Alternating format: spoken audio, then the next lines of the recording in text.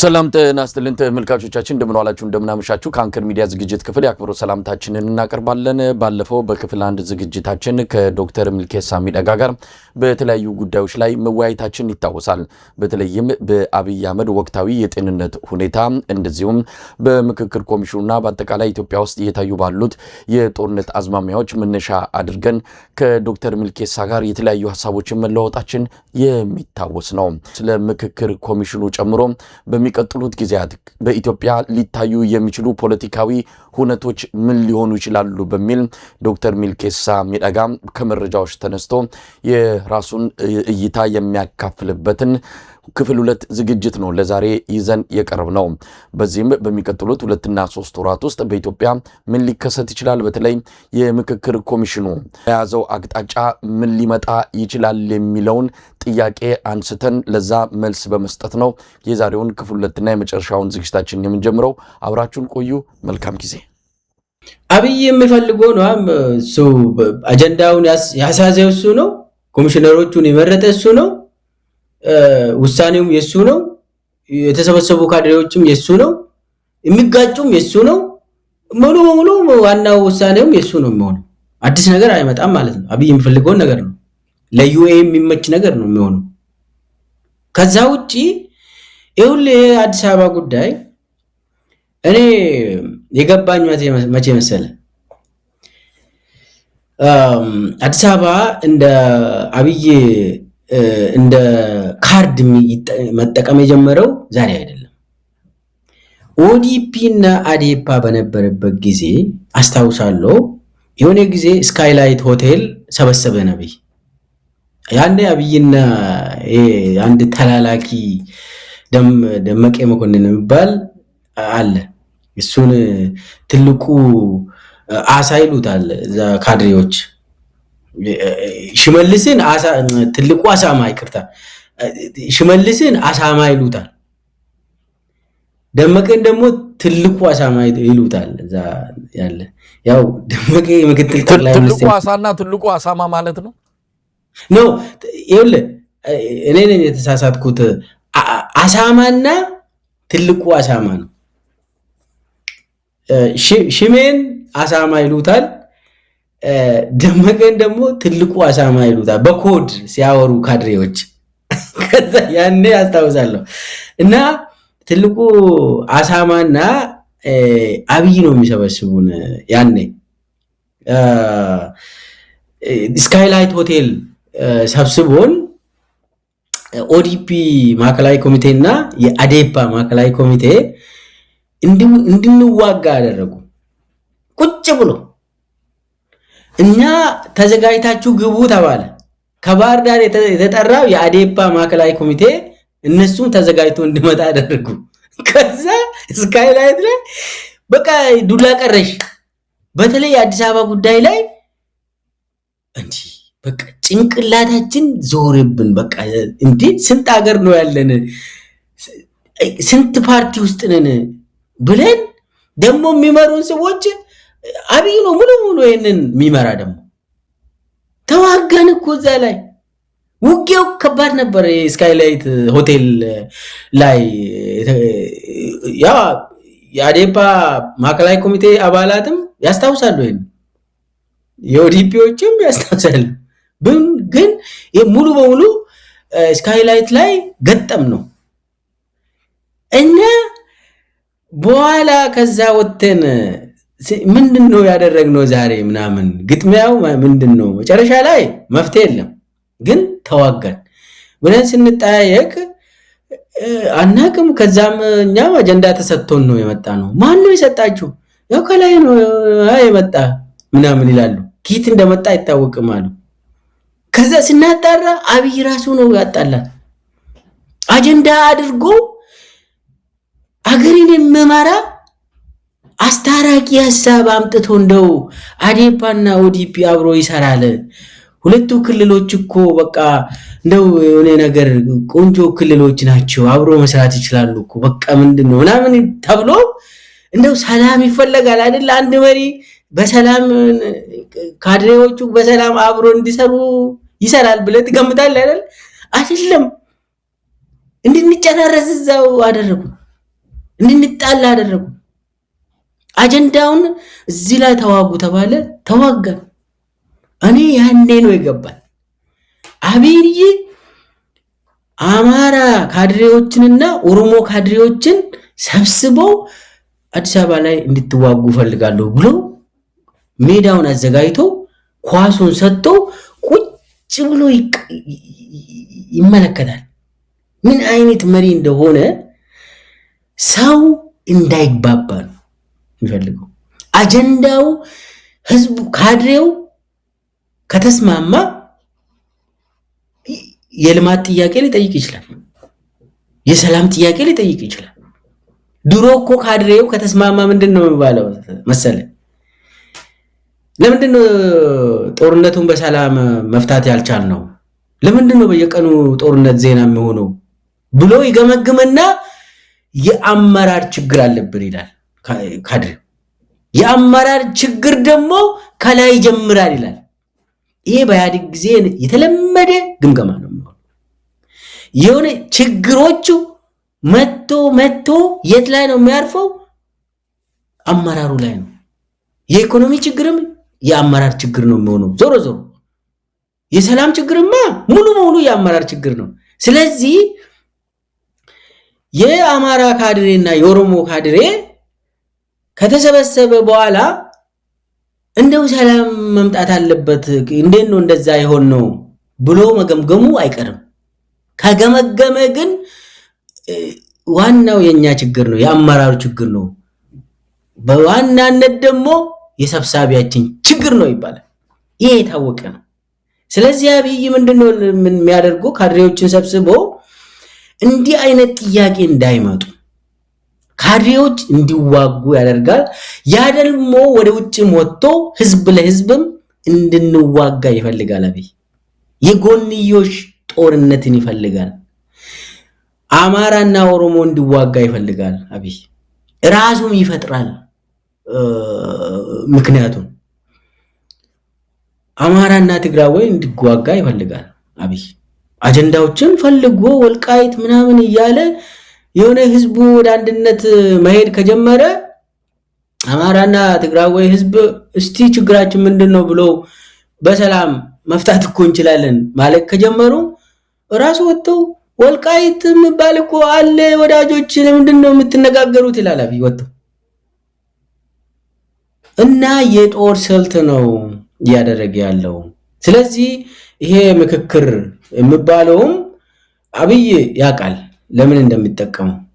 መጨረሻ ላይ ደግሞ የራሱ ውሳኔ አለ እሱም ያደርገው። ግን ያም ውሳኔ ለምንድነው የሚጠቅመው? አንዱን አስከፍቶ ወይ ደግሞ ሌላውን እንትን ለማድረግ ይፈልጋል አብይ።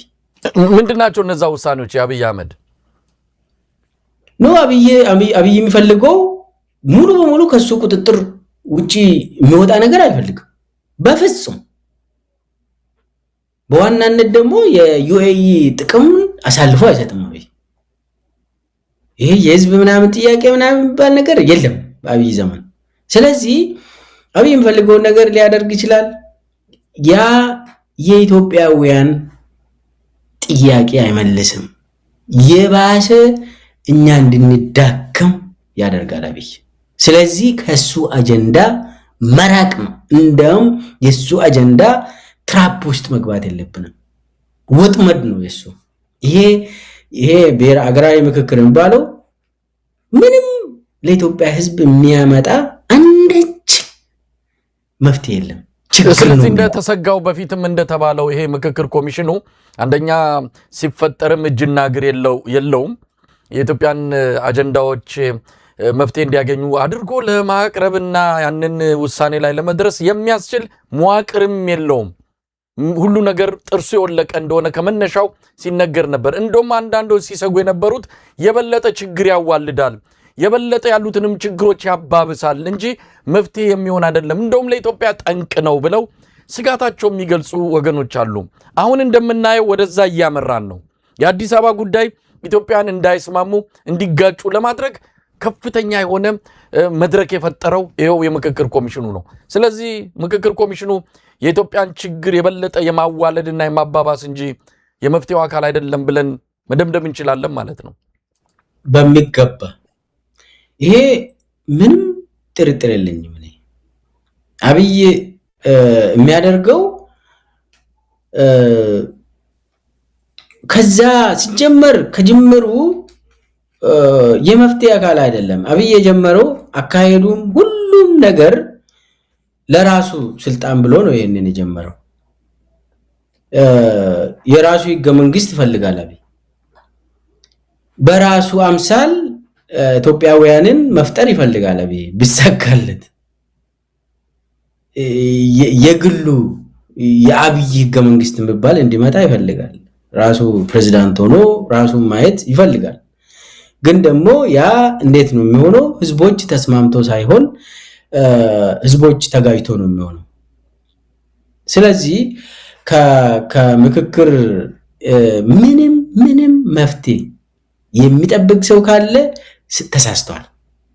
ተሳስቷል ይሄ ማለት ኢትዮጵያውያን የተለያዩ ጉዳዮች መነጋገር ያለባቸው ጉዳዮች የላቸውም ማለት አይደለም አለን ብዙ ነገር አሉ መነጋገር ያለብን ግን መሆን ያለበት መጀመሪያ ይሄ ስርዓት መሄድ አለበት ይሄ የአብይ አገዛዝ ካልሄደ መነጋገሩ ዋጋ እንዴት ነው የምትፈታ ብዙ ነገሮች ማየት ያለብን ጉዳዮች አሉ ግን የሚቀድመው የትኛው ነው ሰው ሰላም ሳይኖር ሰው ጦርነት ያካሄድክ ለሌላ ጦርነት ትዘጋጃለህ ማለት እኔ አንዳንድ ሰዎች አይ ይሄ ህገ መንግስት ይቀየር ምናምን ምሉ አሉ አዎ ህገ መንግስት እንቀይራለን ችግር የለው ግን አብይ ህገ መንግስት ቀይሯል መርዝ ያጎርሳል አብይ ስለዚህ መጀመሪያ ይሄ ስርዓት ሊገረሰስ ይገባል ከዛ በኋላ ኢትዮጵያውያን በሰከነ ቁጭ ብለው በሚፈልጉት አካሄድ ጊዜ ወስዶ ተስማምቶ ይጨርሳሉ ይስማማሉ ደግሞ በጠመንጃ በአፈሙዝ የሚመጣልን ህገ መንግስት እንዴት ነው የምትቀበለው ዝም ብሎ እኮ ያብይ ደግሞ አንድ ቀን 3 ቀንም አይቆይም እኮ የለም ስለዚህ ህልም ነው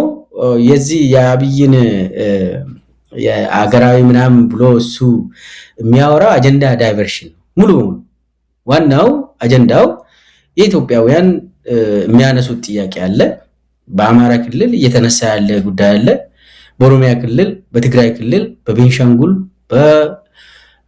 በአፋር በሶማሌ በደቡብ በሁሉም ቦታ አብይ ያደረገ ያለው አለ በጣም አስከፊ ጦርነት ያካሄደ ነው ቅድም አንተ ሰው አልቋል ብለ ጀምራል በጉራጌ አካባቢ በመሰረቱ አብይ ነው የሚያጋጫቸው እንዲህ አይነት በየጊዜው እናያለን ግን ደግሞ ብለን ነው የምናለው ከዚህ መውጣት የምንችለው በመተባበር ብቻ ነው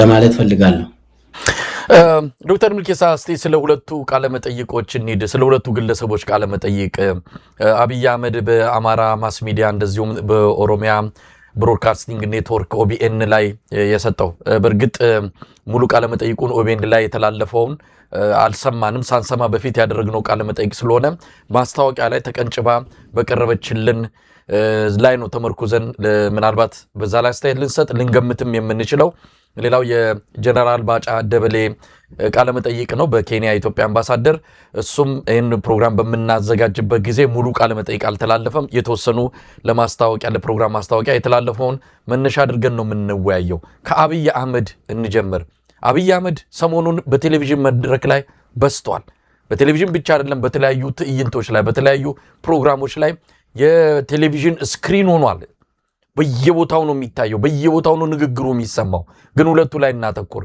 በአማራ ማስ ሚዲያና በኦቢኤን ላይ የሰጠውን እንዴት አያችሁ ምንድናቸው እነዚህ ቃለ መጠይቅ ከወትሮ ከሚሰጣቸው ቃለ መጠይቆች የተለዩበት ምክንያት ምንድነው እንግዲህ የአብይ የአማራ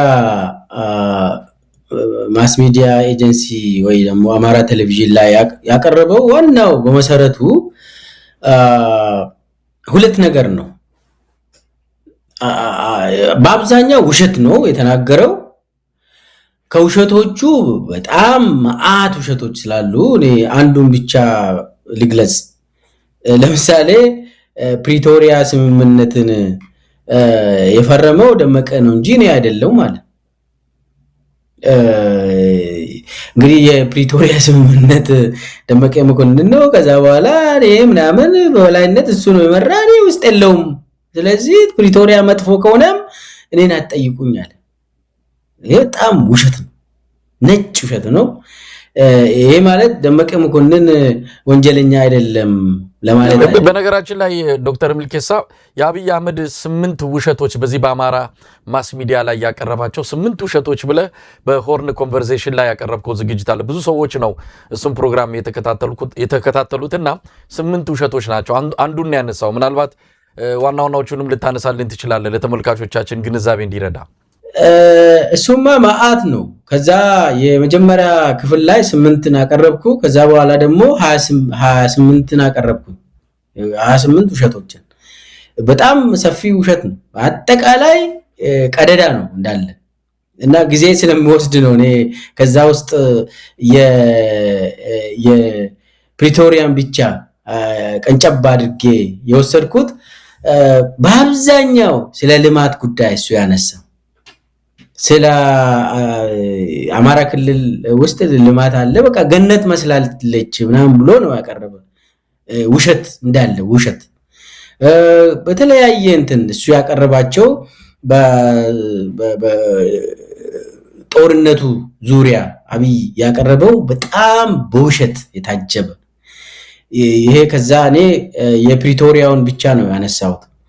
ግን ዋናው ሲሪየስሊ ማየት ያለብን አብይ ያለው አንደኛ አጠቃላይ አብይ ፈርቷል። ስለፈራ ከክልል ወደ ክልል እየዞረ በየአካባቢው ለመዋሸት ፕሮፓጋንዳ ለመስራት እየሞከረ ነው። አብይ ለአማራ ህዝብ ይጠቅማል የሚለውን ፕሮፓጋንዳ አጠሬራ ይዞ ይሄዳል።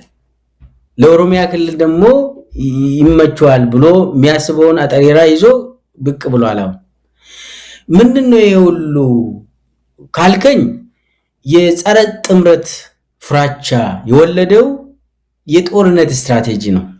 አሁን ይሄ የፕሮፓጋንዳ ስትራቴጂ ነው። አማራ ቴሌቪዥን ላይ ቀርቦ የአማራ ህዝብ ወይ ያንተ ጠላት እንክርዳዶች አይጦች ምናምኖች እያለ ቢምቢ ምናምን እያለ በአጠቃላይ ህዝቡን በካቴጎሪ በዚህ ውስጥ ያስገባ። ከዛ በኋላ ደግሞ አይጦችን ያዝ ምናምን የእንክርዳዶችን ምከራቸው ምናምን እያለ ይናገራል አማራ ቴሌቪዥን ላይ ቀርቦ። እንደዛ ስትል አሁን እንደዚህ አይነት ሰው እኮ የለም። እኔ እንደዚህ አይነት መሪ አይቼ አላቅም። ወደ ህዝብ ስትቀርብ እንክርዳዶችን እሰራቸው፣ አይጦችን ያዛቸው፣ ቢምቢዎችን ምናምን ትላለ እንዴ? እንደዚህ አይባልም። እንደዚህ ቃላቶች በነገራችን ላይ የጄኖሳይድ ቃላቶች ናቸው። ቢምቢ ካልክ ትገላለህ ማለት ነው፣ ታጠፋለህ ማለት ነው። አይጥ ስትል ከገደልከው አይጥን ነው የገደልኩት ለማለት ነው። ሩዋንዳ ላይ በረሮ በሚል እንደተለዩት ቱትሲዎቹ ማለት ነው።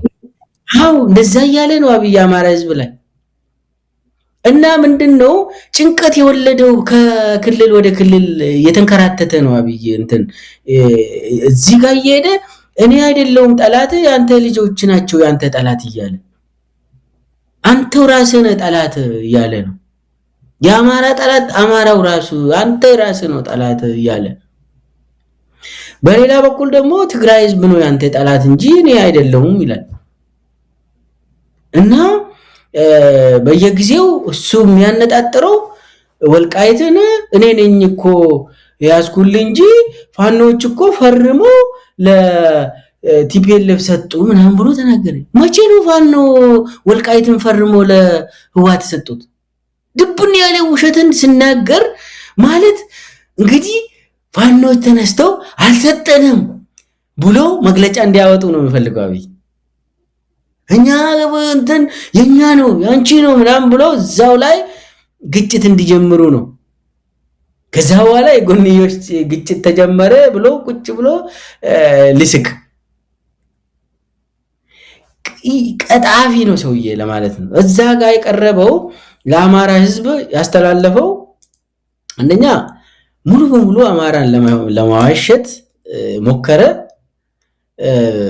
እንዳውም ምንድነው ያለ እኔ 27 ዓመት ውስጥ አንተ ያገኘውን የሚበልጥ በዚህች 3 ዓመት ውስጥ ነው ያገኘው። በዚህ 3 ዓመት ባለፉት 3 ዓመት ውስጥ አማራ ህዝብ ያገኘው ጦርነት አይደል እንዴ?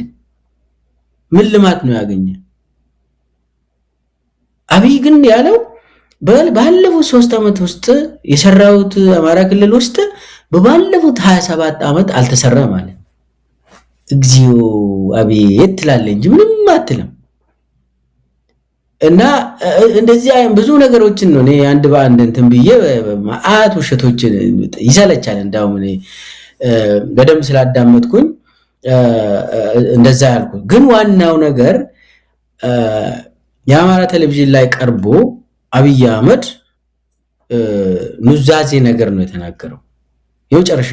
ዛሬም እኮ ባህር ዳር ቀርቦ ተጠንቀቁ ወዮላችሁ ይሄው እኔ ነኝ እንትን ያልኳለው ወያኔዎቹ ሊመጡ ነው ምናምን የሚል የማስፈራሪያ ነገር ነው የተናገረው መጨረሻ ላይ። እንዲያም አንድ ጊዜ እንትን የሆነ ስድብ ነክ ማን ነው የአባ ኑሩ ምናምን የሚባሉ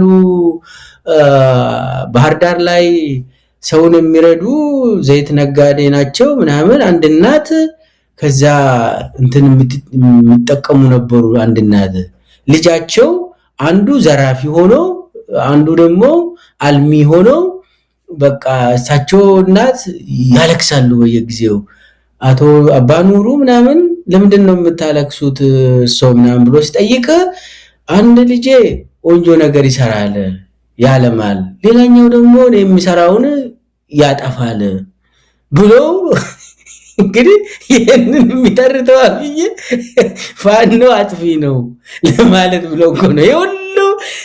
ዳንኤል ክብረት ግን የሥራውን ይስጠው መቼም ይሄን ሰውዬ በተረትና በእንደዚህ አይነት የእንስሳት ታሪኮች የተለያዩ ታሪኮች ሰውየውን እያስጠና ይልከዋል። የሥራውን ይስጠው። በቃ ይሄንን ነው በቃ እቺን አጥንቶ መጥቶ ያባኑሩ ትርክት ፋኖ ላይ ይሰራል እና ፋኖ አጥፊ ነው የአማራ ህዝብ ወይ እኔ ደግሞ ራሱን እንዳባኑሩ ይመለከታል መሰለኝ አብይ። እኛት ደግሞ የአማራ ህዝብ ናቸው እንደዛ አድርጎ ፋኖ አውዳሚ ነው ምናምን እያለ እንደዛ ይሰድባል። እዛ ጋር ይለው ጭንቀቱን ነው የሚያወራ እኮ አብይ። ይኸውልህ የአማራ ህዝብ የራሱ ልጆች አለው። በቃ ደግሞ ምንድነው ያለ አረጋ ከበደ በራሱ ሆኖ አማራ ህዝብ ለመጀመሪያ ጊዜ በታሪኩ ራሱን አስተዳደር ያለ። እኔ ጭንቅላቴን ይዤ ዋልኩኝ ያንን ስሰማ። አረጋ ከበደ ለመጀመሪያ ጊዜ ምናምን ራሱን ሆኖ ክልሉን የሚመራ ብቻ ኦቶኖሚ ያለው በቃ አይነኬ ፕሬዝዳንት ነው ያላችሁ ምናምን እንኳን ደስ አላችሁ እያለ ያወራል። እኔ አንደኛ አማራ ክልልን ቀጥቅጦ የሚገዛ መከላከያ ነው እንጂ አረጋ ከበደ አይደል። ይሄ አማራ ህዝብ ያውቃል። አብይ ግን ማንን ነው የሚዋሸው? ራሱን ነው የሚዋሸው። አብይ ቀደዳ እኮ ነው የሚያወራ። አረጋ ከበደ ደግሞ የብልጽግና ሹመኛ። ብልጽግና ማን ነው? አብይ አህመድ ነው። የአብይ አህመድ ተላላኪ ሆኖ ባህር ዳር ላይ የሚቀመጥ አረጋ ከበደ ክልሉን በነፃነት ይመራል አለ። በነፃነት አለ። የአማራ ህዝብ እኮ በአብይ አህመድ ዘመን አመራሩ ተገሎ ተባሮ ተጨፍጭፎ ከዶክተር ገዱ አንዳርጋቸው ከሀገር መባበረር ጀምሮ እነ ዶክተር አምባቸው መኮንን ተገለው አብይ አህመድ አስገድለው ከዛ በኋላ ከተመስገን ጥሩነህ የተባለ ከምናምን እኔ ቁጥራቸው ራሱ ቁጥሬ አልችልም በየጊዜው ይለዋውጣል አማራ ክልል አብይ ደግሞ ራሳቸው በራሳቸው እያስተዳደሩ ነው ምናምን እና ይሁን ሲጀመር ብልጽግና የተቋቋመበት ዋነኛ ምክንያት አማራን እንዴት እንገዛለን የሚል ነበር አንዱ አዴፓ እንደዚህ ከቀጠለ አማራን መግዛት አንችልም ብሎ አብይ ይሄንን ስብሰባ ላይ ይናገራል ኦዲፒ ውስጥ ስለዚህ አዴፓ ማፍረስ ያለብን እኛ መጀመሪያ ራሳችንን እናፍርስና አዴፓውንም እናፈርሳለን ከዛ በኋላ ሁሉም በሬጅ ይገባሉ አለ አዎ ገቡ ብልጽግና ማለት እኮ የአንድ ሰው የግል እድር የአብይ አህመድ እድር መጠጫ ነች እና አሁን አማራ ህዝብ ራስን እየገዛ ነው ባህር ዳር ለዚህ ነው የለማ ምናምን ይላል ደግሞ ዛሬው ቀደደ ኤኒዌይስ ምንድነው ነው ያውን ይሄ አማራ ቴሌቪዥን ላይ ቀርቦ አብይ የሚያወራው ጭንቀቱ አንደኛ ፋኖ ህዝቡን ይዞብኛል የሚል አድሬስ ያደረገ ፍራቱ ሁለተኛ ደግሞ ፋኖና ቲዲኤፍ የአማራ ህዝብና የትግራይ ህዝብ እንዳይነጋገሩ ወዮላችሁ ይያለ ከተነጋገራችሁ ይሄው እየመጣባችሁ ነው ጅብ እየመጣ ነው ምናምን ብሎ አማራን ደግሞ እንደ ጫና አድርጎ አንዳንዴ ጅብ መጣበት እየመጣበት ነው ይላል እንደው አማራ ህዝብ የራሱን መብት የሚያቀዝብ እኮ ነው የራሱን ልጆች የሚያቀዝብ ነው አብይ አይደለም የሚነግራቸው ደሞ ዛሬ ምንድነው ክልላችን ፕሬዝዳንታችን ይላል እዛ ሄዶ አብይ ተበስዋሽ ደሞ በደንብ ነው እስቃለሁ የሱን እንትን ሲያዳምጥ እኮ እንትናችን ይላል ምን ፕሬዝዳንታችን ይላል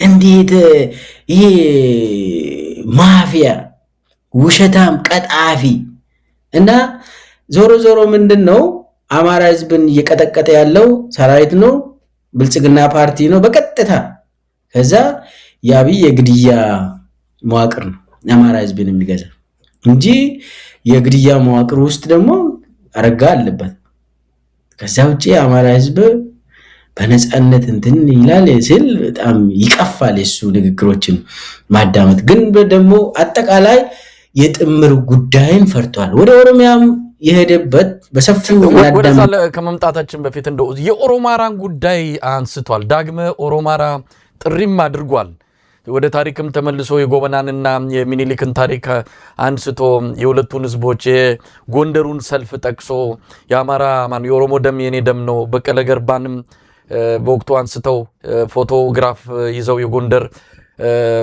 ሰልፈኞች ያደረጉትን ሁሉ ወደ ኋላ ተመልሶ ግን ያ ሁሉን የመጣበት መንገድ የኦሮማራን አንድነው ኦሮማራ ዳግም አፈርልሶ ተነስቶ የኔን ስልጣን ያድን አይነትም ይመስላል በጣም የሚገርመው ከኦሮሞም ከአማራም ምንም ያገኘው አሁንታዊ ድጋፍ የለም በዚህ ጥሪው ውሃ ነው የበላው ወዲያውኑ ነው ተቃውሞም የቀረበበትና ምንም እንደማይሰራ እዛው በተናገረበት መድረክ ላይ እዛው መክኖ የቀረ ጥሪ እንደሆነ ነው የተረዳነውና ይሄንንስ እንዴት አየው ብዙ ነገሮችን አንስቷል እንደዚህ ላይ ትኩረት ብታደርግ አብይ እኮ ጸረ ኦሮማራ ሰው ነው ማለት ትክክለኛው ኦሮማራ የህዝብ አንድነት ተቃውሞ የተነሳ ሰው ነው አብይ እሱም እኮ የተናገረው ኦሮማራ ህዝባዊ አንድነት ሳይሆን ደግፉኝ ጥያቄ ነው አይደል ለጦርነት ደግፉኝ ነው ያ ደግሞ ድሮ እንደዚህ አይነት ትብብር ኢትዮጵያ ውስጥ አልነበረም የጦርነት ትብብር አልነበረም የነጻነት ትብብር ነበር ኦሮማራም ይሁን ኦሮ ትግራይም ይሁን ትግራይ አማራም ይሁን የነጻነት ትብብሮች ነበሩ። አብይ አሁንም እያለ ያለው ህዝባዊ ትብብር እሱን አንፈልግም አለ።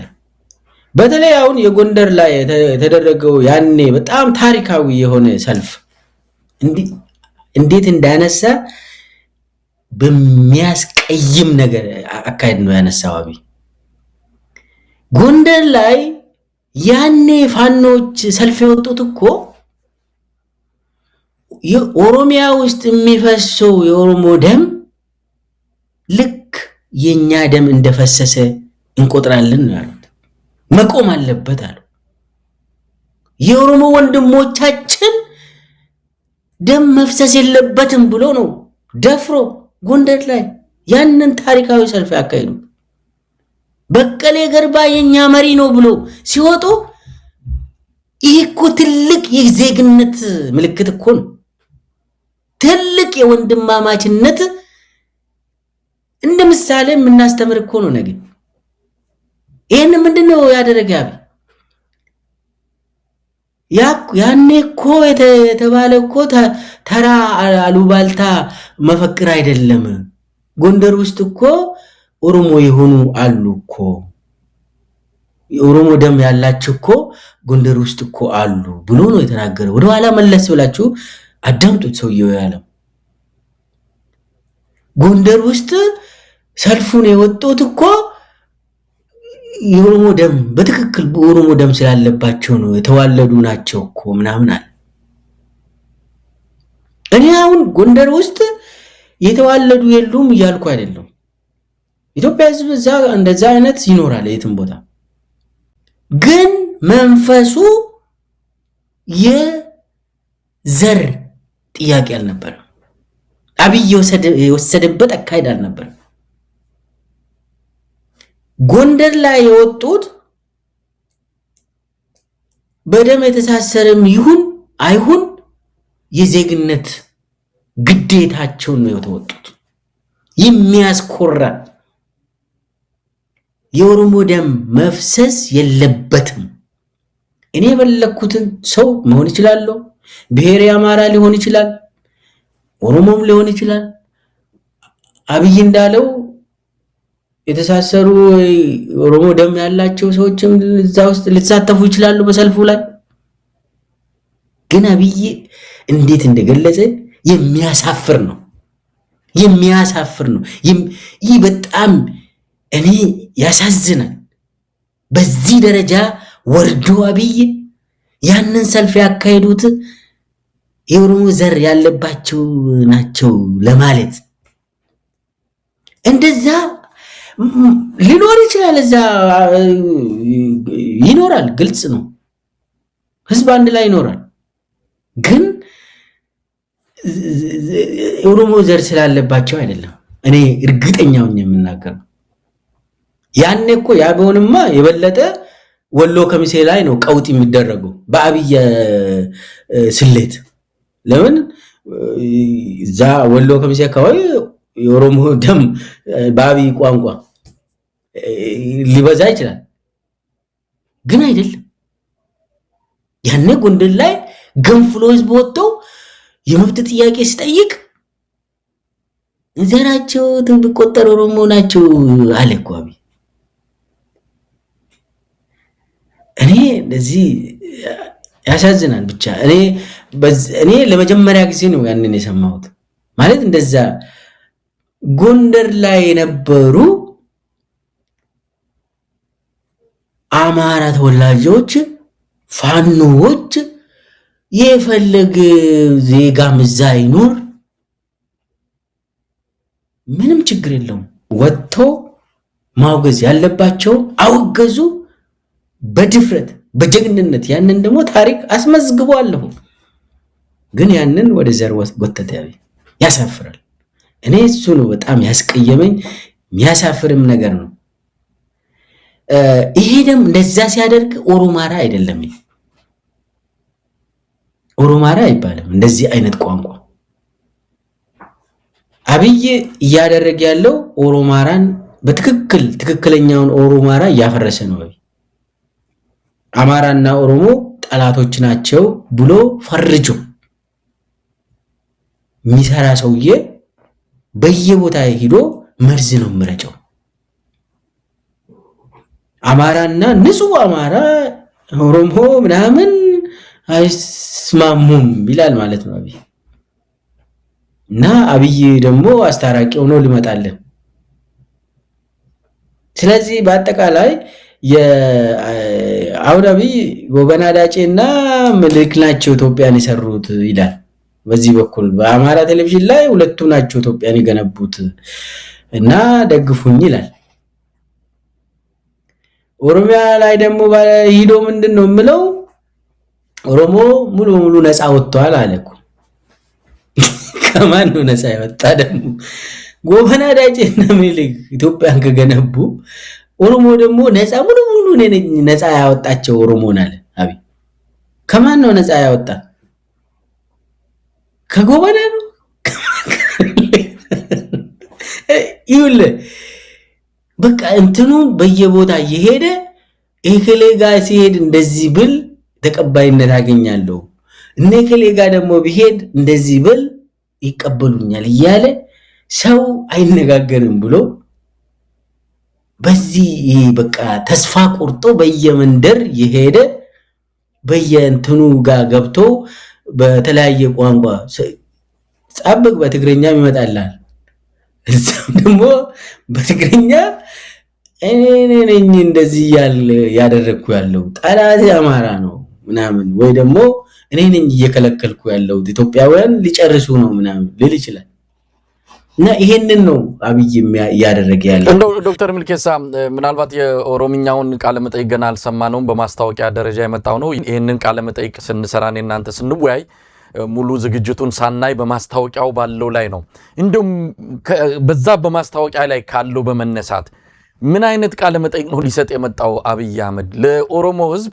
እንግዲህ አማራ ክልል ቴሌቪዥን ላይ ሄዶ የተናገረውን እየሰማን ኦሮምኛ የኢትዮጵያ ቋንቋ እኮ ነው፣ እንሰማዋለን።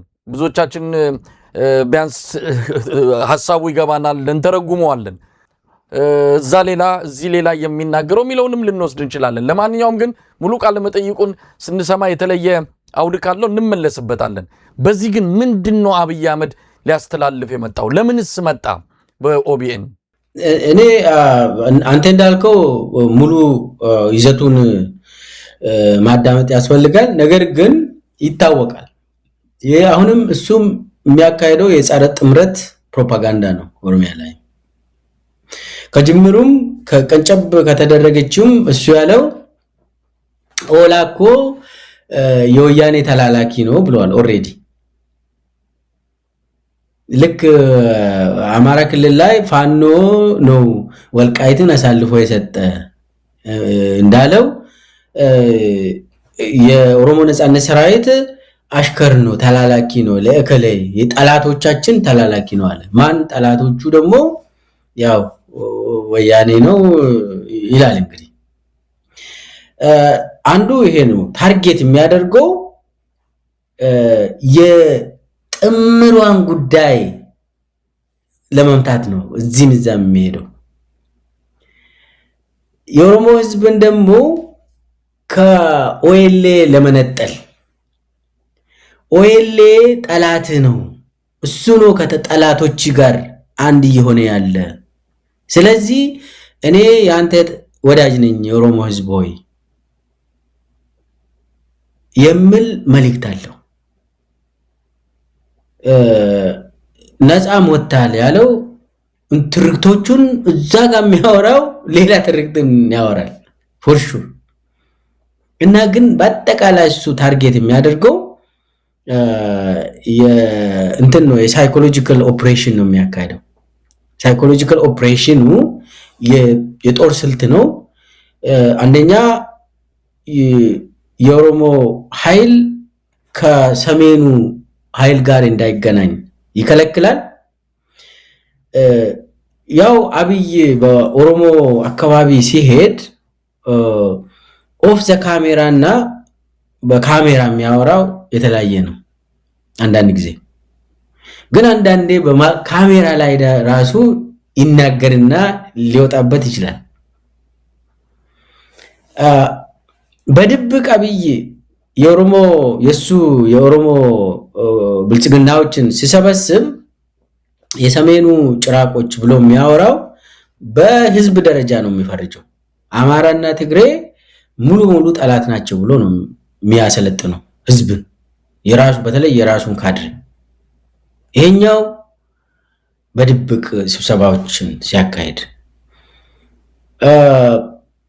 በሚዲያ ላይ ደግሞ ምናልባት የወያኔ ስም ሊጠቅስ ይችላል። የአማራ ፋኖን አይልም፣ ጽንፈኛው ምናምን ሊል ይችላል። ኦሮሚያ ላይም የኦሮሞ ነጻነት ሰራዊት አይልም፣ ሸኔ ይላል። ዞሮ ግን ምንድነው የሚያደርገው? ጸረ ጥምረቱን ጸረ ጽምዶውን ፍራቻውን እሷ ላይ ነው ታርጌት የሚያደርገው። ኦሮሚያ ላይ ምናልባት የቋንቋ ዲፍረንስ ሊኖር ይችላል። በተለይ ይሄ ጸረ ጥምረትን በተመለከተ አማራ ክልል ላይ ፋኖንና ህዝብን ነጣጥሎ ለማቅረብ ሞከረ አይደል? ኦሮሚያ ላይም ያንን ይደግማል። ከዛ ውጪ ግን የተወሰኑ ኦሮሞን የሚመለከት የኦሮሞን ልብ ትርታ አገኛለሁ ብሎ የሚያስበውን ይናገራል። ግን አጀንዳ ዳይቨርሽን ናቸው ሁሉም። ከዛ ውጪ የሚጠበቀው ንቀት ነው። በቃ ይንቃል። እኔ እንደዚህ ነፃ አውጥቻለሁ፣ ያንተ ጠላት እከሌ ነው፣ ሊመጡልህ ነው፣ ሲመጡ ደግሞ ታጣለ፣ ያገኘህን ታጣለ ይላል። ኦሮሞ ህዝብ ምንድነው ያገኘ? ግድያን ነው ያገኘ እስካሁን ድረስ። አብይ በመምጣቱ አይቶ ማቆም ፋሽስታዊ ግድያን አየ። ኦሮሞ ህዝብ አይቶ ማቆም፣ በታሪክ የኦሮሞ ህዝብ አይቶ ማቆም ነገር አየ። አብይ ከሄደ እሱን ነው የሚያጣ የኦሮሞ ህዝብ።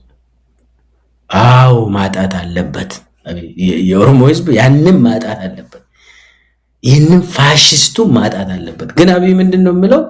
እኔ ከሄድኩ ታውቃለህ ማን እንደመጣብህ፣ ወይ እከለ ነው ወይ እከለ ነው ይላል። ታለ ስለዚህ ተዘጋጅ። ከዚህም በፊትም ነቀምቴ ሂዶ ለመቶ ዓመታት የተጫወቱብን ከሰው በታች የሆኑ ምናምን አለ። ከሰው በታች የሆኑ ተጫወቱብን ለመቶ ዓመታት አለ። ማን ነው ከሰው በታች ማለት? ስርዓት ችግር ነበር። አዎ እሱን ሙሉ መናገር ትችላለህ እኮ። ስርዓቶች ችግር አለባቸው። ያለፉት ስርዓቶች ሁሉም ችግር አለባቸው። በኮንፊደንስ መናገር ትችላለህ እኮ። ግን ከሰው በታች የሆኑት ህዝብ ማለት እኮ ነው አይደለ? ከሰው በታች የሆኑት ነቀምቴ ሂዶ ይሄንን ተናገረ። ይሄ ምን እንደሚቀሰቀስ ይታወቃል። በዚህ ጋር ደግሞ መጥቶ ምንድነው የሚለው? ጎበናና ምኒልክ ናቸው ኢትዮጵያን የሰሩት፣ ስለዚህ ምናምን ይላል። ዞሮ ፈርቶ ነው እየተንከራተተ ያለው ከክልል ወደ ክልል አብይ አህመድ።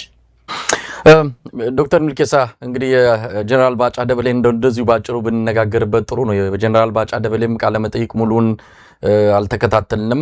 ይህን ቃለ መጠይቅ ያደረግነው ሙሉ ከመተላለፉ በፊት መሆኑን ለተመልካቾች እንደዚሁ ማስታወሻ እንግለጽና በሰማነው ልክ ግን ጀነራል ባጫ ደበሌ መጥቶ ምንድን ነው ያለው? እውነት ለመናገር እንደ አንድ ኢትዮጵያዊ፣ እንደ አንድ በዚህ ትግል ውስጥ ረጅም ጊዜ እንደቆየ ሰው ደንግጫለሁ። እንዴት እንጨራረሳለን ይባላል? አንድ ኃላፊነት ያለው መንግስት ይሄ እንጨራረሳለን የሚለውን አስደንጋጭ መልእክት ይህንን ቃል ተጠቅሞ ለዛም በአምባሳደር ደረጃ በኢትዮጵያ ሰራዊት ውስጥ ከፍተኛ አመራር በነበረ ግለሰብ እንዲህ አይነቱ ነገር ሲተላለፍ እውነት ለመናገር መጪው ጊዜ ያስፈራል ብለው የተናገሩ ብዙዎችን ሰምተናል። ግን ባጫ ደበሌ በነገረንና ሊነግረን በሚችለው ነገር ላይ ያለ አስተያየት ምንድን ነው?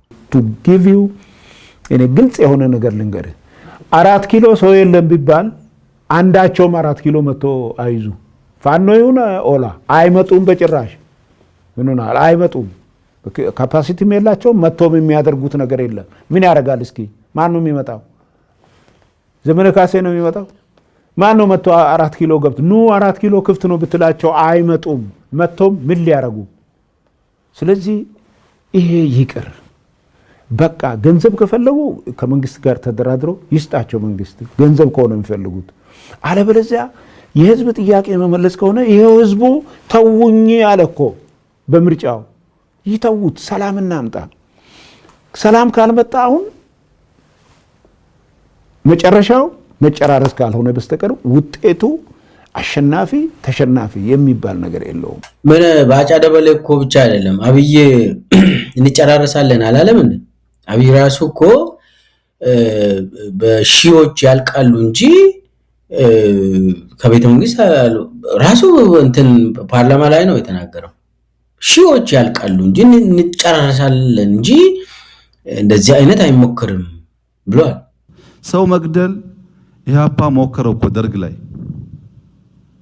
አልሰራም የኛ ግን ይብሳል የኛ ይብሳል በብዙ ቁጥር ተባስቶ ነው ምላሽ የሚሰጠው ጥሩ ስለማይሆን 10 ጊዜ ቆሞ ማሰብ ጥሩ ነው የሆነ ጊዜ እንዳውም ከብራዩ ከሰበታ መንግስት የተነካ ምናምን ብሎ ምናምን ስል አረጋጋው ህዝቡን ምናምን አለ ይውላችኋል ብሎ አይኑን አፍጥቶ በጣም በሚዘገንን እንጨራረሳለን ብሎ አለልኩ በሺዎች ያለን ያን እንግዲህ ሺ ያለ እንጂ በሚሊየን ማለት ነው ስለዚህ ያስፈራል አንተ እንዳልኩ ባጫ ያለው አብይ የሚለው ነው ያለው ምንም ለግሉ በግሉ ባጫ ያወራው ባጫ ሌባ ነው ተራ ምርኮኛ ነው ሻቢያ ስንት ጊዜ ተማርኮ ያኔ ከሻቢያ ሄደኖች ያኔ ያገኙት ገንዘብ ድጋፍ መሳሪያና ምርኮኞችን ነው 3 ነገር ነው ያገኙት ምርኮኞቹ ውስጥ ነው የመጣ እንደ ዕቃ ያኔ ሻቢያዎች እንደ ዕቃ ነው የሰጡት ያሬድ ጥበቡ ሲናገር ሰምቼ ነበር ይሄንን ያኔ ያሬድ ጥበቡ ያኔ አመራር ነበር እና በጣም ዝም ብሎ ተራ ምርኮኛ ምንም አቅም ሌባ ነው ኮንትሮባንዲስት ነው የደርግ ሰራዊት ነበር ከዛም ተማረከ ከዛ በኋላ የወያኔ አገልጋይ ሆኖ በየጊዜ እንትን ሲያደርግ ነበር የሐረር ቢራ ቦርድ አባል በነበረበት ጊዜ ያቋለው በጣም በኮንትሮባንድ ሁሉ የሚታወቅ ምስራቅ እዝ ውስጥ በነበረበት ጊዜ ማለት ነው እና ዞሮ ዞሮ ሰውየው የሚናገረው ዛሬ እንግዲህ የሀገር አምባሳደር ነው ሁሉንም ህዝብ ይወክላል ብለህ ነው የምትጠብቀው እሱ የሚናገረው የመንግስትን አቋም ነው እና ዝም ብሎ ተራ ወሬ አይሆንም ማለት ነው የመንግስትን አቋም ነው ለማለት እንችላለን ምክንያቱም እስካሁንም አላስተባበለም አገዛዙ ነገር ግን መንግስት ለምን በባጫ ደበሌ በኩል እንዲያነቱን ነገር መግለጽ ፈለገ የኮሙኒኬሽን ሚኒስቴር መስሪያ ቤት አለው በኮሙኒኬሽን ሚኒስቴር መስሪያ ቤት አማካይነት አቋሙን በእያንዳንዱ ጉዳይ ላይ የአገዛዙን የተለያዩ ውሳኔዎች መስማት ሲገባን ባጫ ደበሌ አምባሳደር በኬንያ ኢትዮጵያ አምባሳደር በእነዚህ ጉዳዮች ላይ ገብቶ እንዲናገር የተፈለገበት የተለየ ምክንያት አለው ብልጽግና ያባውን ባጫ ደበሌ አወጣው ማለት እንችላለን እንግዲህ ዛጓዳ የተነጋገሩት ካለ ኮሪደር ላይ የተነጋገሩት ካለ አናቅም ግን መጥቶ ነግሮናል አቋም ነው የመንግስት በትክክልም አምባሳደርም ስለሆነ ግን ለምን ባጫ መረጡት ባጫ የአብይን አስተሳሰብ እንዲያንጸባርቅ ነው የተፈለገው ምናልባት ባጫ ነገርዮ ሲሪየስ ሆኖ ከመጣ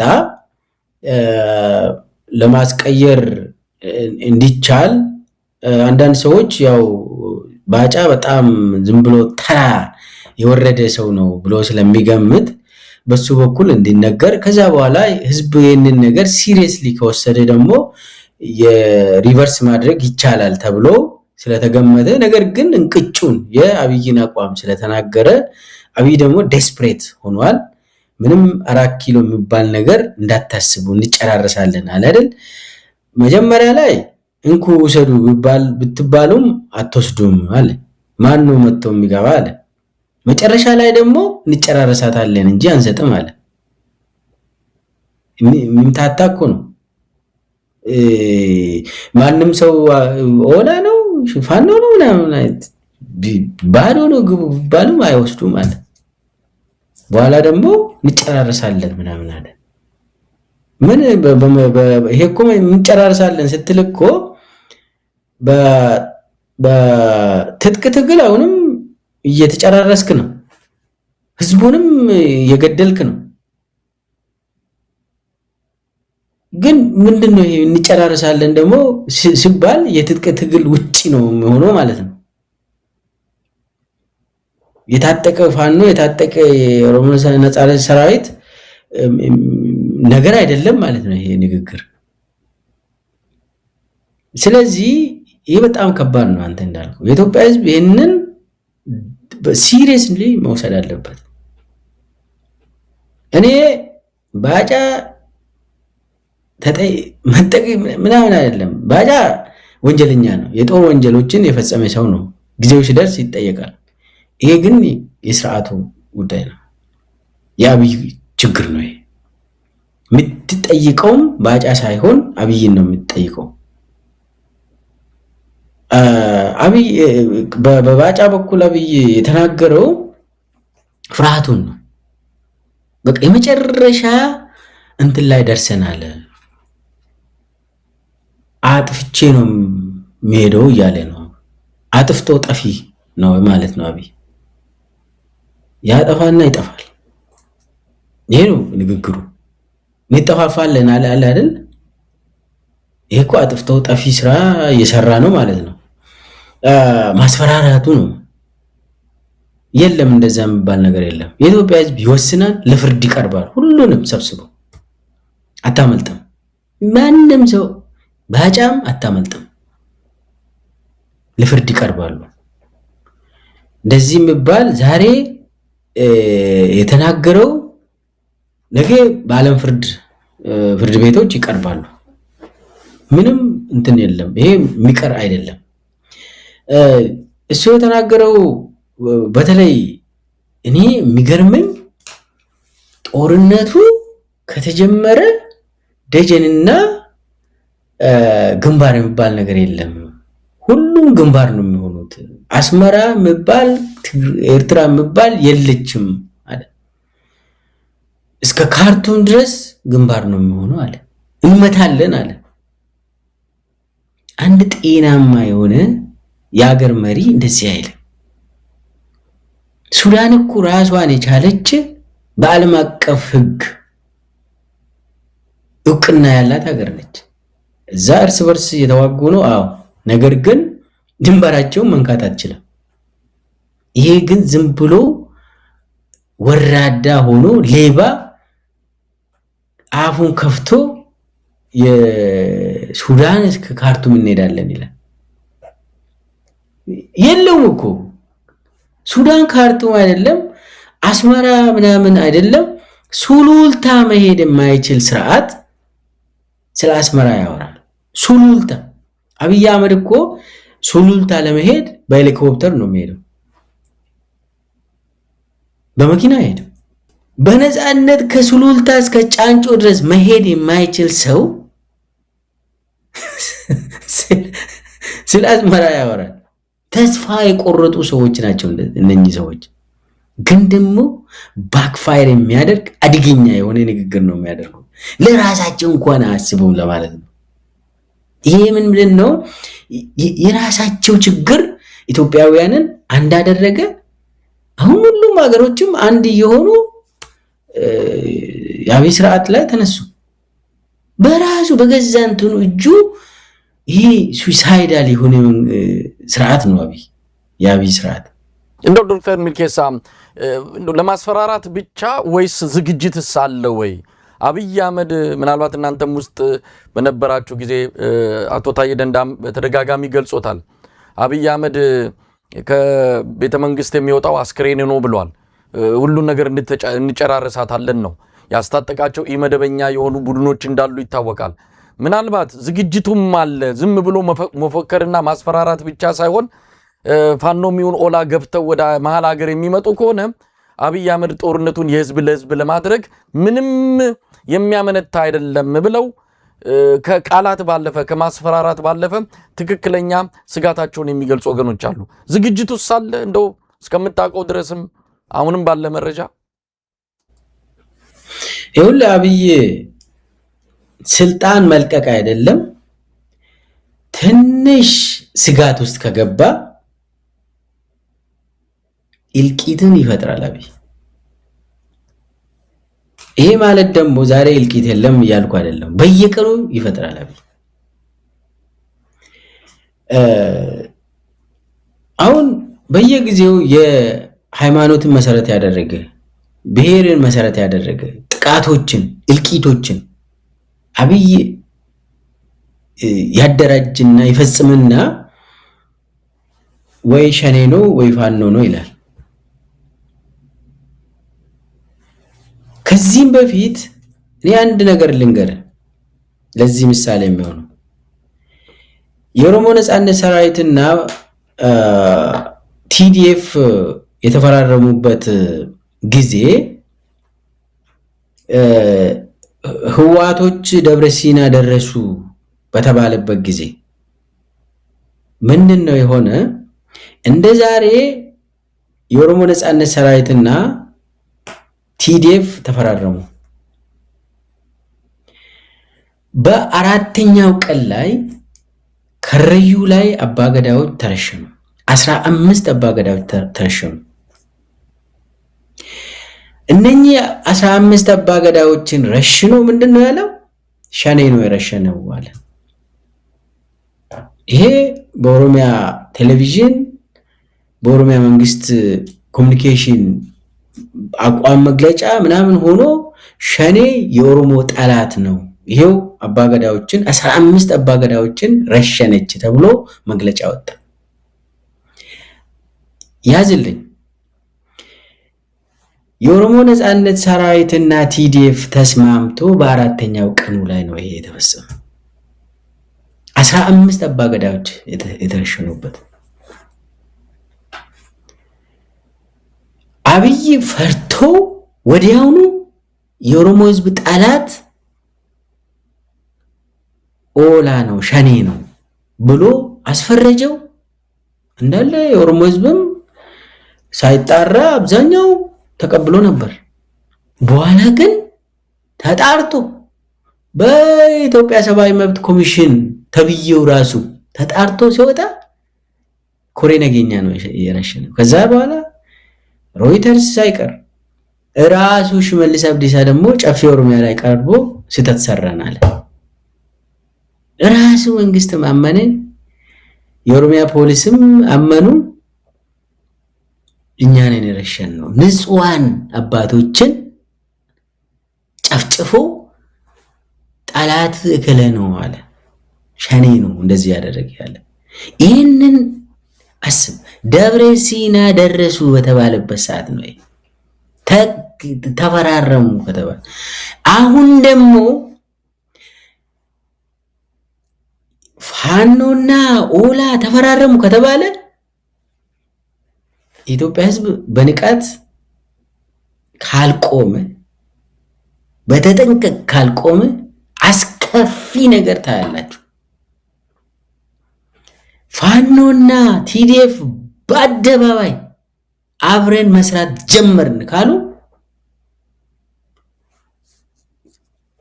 ዝግጅት አለ ወይ ሳይሆን ዝግጅት ብቻ አይደለም፣ ኤሪያዎቹ ሁሉ ተዘጋጅቶ ማን መስዋዕት መሆን እንዳለበት ሁሉ ነገር አዘጋጅቶ ቁጭ ብለዋል። ስለዚህ ኢትዮጵያውያን ወደ አንድነት ሲሄዱ አብይ ማድረግ ያለበትን ሁሉ ጭካኔ መጨረሻ ያሳይና ደግሞ ድርቅ ያለ ውሸት ፋኖ ነው ያደረገ ሸኔ ነው ያደረገ ወያኔ ነው ያደረገ ይላል። በቃ ማይካድራ ሊሆን ይችላል ቦታው ሌላ ቦታ አርሲ ውስጥ ሊሆን ይችላል ቦታው ወሎ ላይ ሊሆን ይችላል ቦታው አብይ በጣም ሴንሲቲቭ የሆኑ ኤሪያዎችን አጥንቶ አዘጋጅቶ ቁጭ ብሏል። ይሄ ኦፊሻል ሲሆን አብይ የሚወስደው አደገኛ የሆነ እርምጃ አለ። ስለዚህ አንተ ያነሳው ጥያቄ በጣም መሰረታዊ ጥያቄ ነው። ይሄ ደግሞ ኦሬዲ እልቂቶች እየተካሄዱ ነው። በየጊዜው ዜና ነው። በቃ ከዛ በኋላ እስከ ቀጣዩ እልቂት ዝም እንላለን። ሌላ እልቂት ሲመጣ ትንሽ ጮህት እናሰማለን። በዚህ በየጊዜው ይሄ ነው ስራችን አይደል? ማልቀስ፣ ዜና ማድረግ፣ እዛ መተው። ስለዚህ ለአብይ አዲስ ነገር አይደለም። ምንም እዚህ ግባ የሚባል ዝግጅት አይደለም። እሱ የተለመደ ስራ ነው። ግን ደግሞ ኢትዮጵያውያን ይህንን ነገር በደንብ ሲሪየስሊ ንጹሃን ናቸው። የዚህ ተንኮል የዚህ ሴራ ሰለባ ሆኖ አብይ ጠላቴ ብሎ የመደበውን ለመወነጀል ሆን ብሎ ይሄንን እንደዚህ አይነት ነገሮችን ስለሚያካሄድ ሁሉም ኢትዮጵያውያን በንቃት ተነስቶ ትግሉን መቋጫ መስጠት አለበት የሚል እምነት አለኝ። እንግዲህ ዶክተር ሚልኬሳ እናጠቃለው ብዙ ነገሮችን ብናነሳ በወደድን ግን ካለው ጊዜ አንፃር ይሄን ያህል ከቆየን በቂ ነው። እንደ መውጫ ምን እንጠብቅ? እንግዲህ አሁን ብዙ ነገሮች ከእጅ እያመለጡ ነው ከአብይ አህመድ። አሁን በሙስና በሚል የሚታሰሩ ሰዎችንም እያየን ነው። ትንንሽ አሳዎች እየታሰሩ ነው። ትልልቆቹ ሚነካቸውም የለም። ምናልባት አናቅም ወደፊት በወታደራዊ ቁመናውም ብናይ አንዳንድ እንቅስቃሴዎች ላይ ወታደራዊ ጀነራሎችን ስብሰባ ሲቀመጡ እንደምንሰማው ከሆነ እነ ብርሃኑ ጁላና እነ አበባው ታደሰ የሉም። አሁን አዳዲስ ሰዎችን ነው ማየት የሚፈልገው። ጻድቃን ገብረትንሳኤ ናቸው አሁን እያማከሩ ያሉት የሚል ነገር እንሰማለን። እሱ በማስረጃ ተደግፎ ቢወጣ ጥቅም አለው የለም ሌላ ጉዳይ ነው። አጠቃላይ ግን ብልጽግና እየተደናበረ ነው። ከፍተኛ የሆነ ፍርሃት ውስጥ ነው ያለው። በሚቀጥሉት 2-3 ወራት በሚቀጥሉት ጊዜያት ምን ልናይ እንችላለን? ሚልኬሳ እንግዲህ ለመጠቃለል አብይ የመጨረሻውን ስልቶችን ይጠቀማል። አንደኛው ስልት ህዝብን ማደናበር ነው። በአዲስ መልክ መተናል ለማለት የተወሰኑ አንተ እንዳልከው የውሸት ሙስኞችን እያሰርኩ ነው ወሬ ምናምን ያስጀምራል። አሁንም ያደረገ ነው። ነገር ግን ሙስና የሥርዓቱ መሰረት ስለሆነ በፍጹም ውሸት ነው የሚደረገው። እንትን የሚታሰር ሰውም የለም፣ ውሸት ነው ማለት። ያለ ሙስና ይሄ ስርዓት አይቆይም። ብልጽግና በመሰረቱ የሙስና እንትን ነው፣ ቱባ ነው። እንትኑ መሰረቱ ይሄ ነው።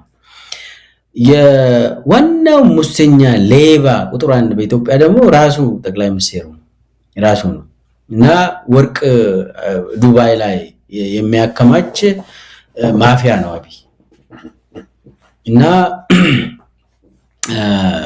የኢትዮጵያ ብሔራዊ ባንክ ዛሬ እኮ ዱባይ ነው እንጂ አዲስ አበባ አይደለም።